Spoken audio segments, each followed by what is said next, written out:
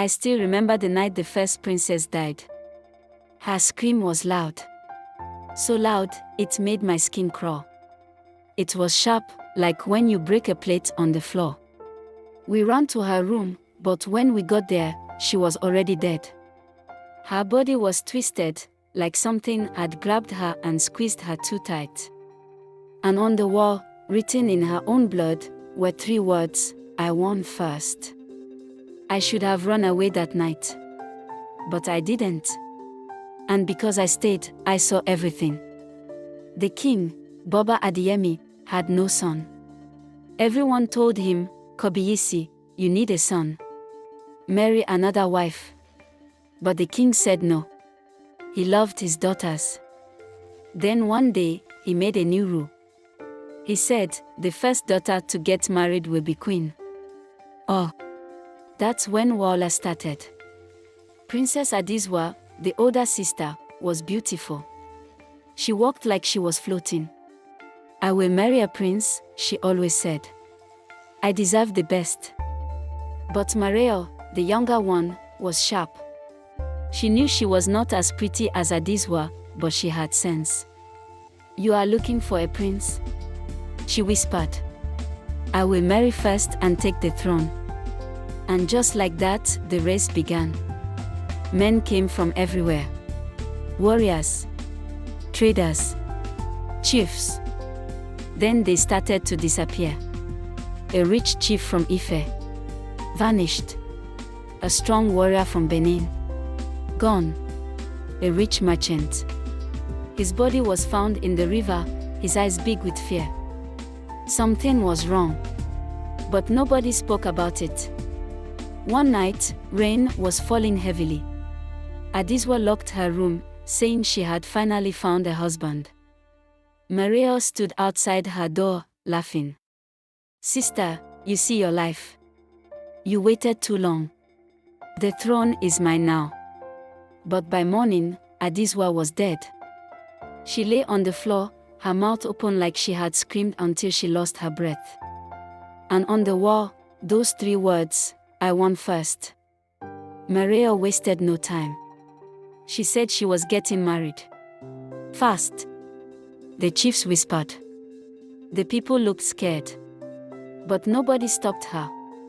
That night, I could not sleep. Something was not right.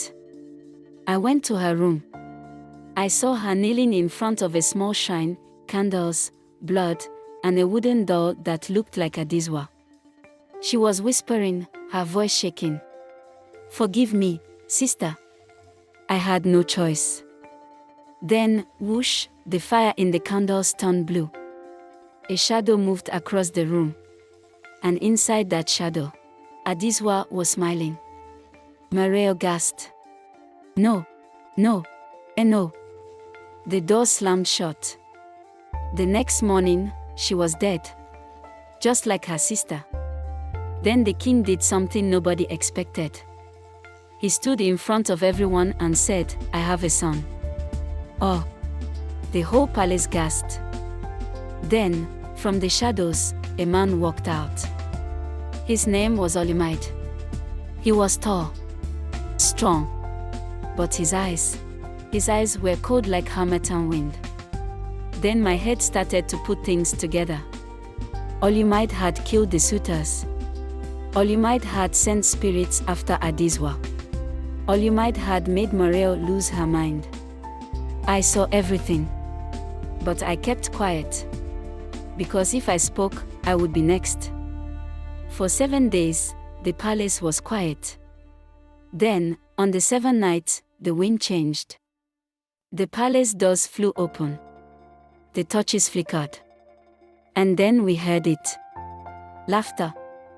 But it was not from Olimide. Not from the chiefs. The laughter came from the shadows. Adizwa and Mareo stepped forward. They were smiling. But their eyes were black like the night. And in their hands, they held something. The same knife their father used to kill them. The air became cold. Adizwa tilted her head. "Brother, you thought we wouldn't come back." Mareo laughed softly. You sent us to the grave, but the grave sent us back. All-You-Might's face turned white. He stepped back. But the palace door slammed shut. Where are you going? Adis were whispered. The throne is waiting. Then they ran at him. His screams filled the night. By morning, All-You-Might was gone. The throne was empty. The only thing left was the sound of their laughter in the wind. The chiefs gathered. The people whispered. There was no king. No princesses. Then, a woman stepped Princess's mother. She dusted her wrapper, lifted her chin, and said, "The throne is mine now."